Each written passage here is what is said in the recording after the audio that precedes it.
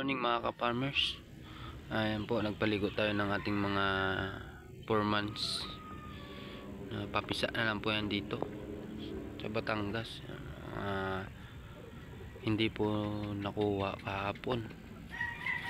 Nakunan din po tayo ng 6 na piraso na ang presyo po namin ay 7.5 ang isa. Yun, awa ng Diyos, nabenta naman natin ang 6 na piraso. Bali ang dala natin ay siyam na piraso ang dala natin sa Lipa, Batangas kahapon.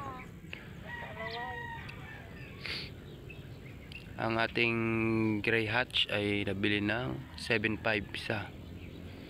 Ang ating Boston ay nabili rin po ng 5.5, tinawaran po ng 5.5.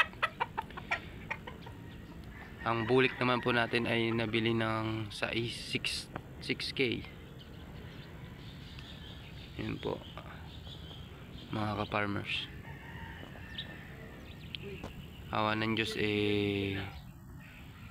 nakachamba tayo ng buyer kahapon at babalik na naman tayo sa ating manukan sa Iloilo at kukuha po tayo ng mga panibagong manok para ipapakita ko po sa inyo ang video kapag dumating na ang mga manok natin galing Iloilo, mga ka-farmers. Yun lang po mga ka-farmers at magandang umaga.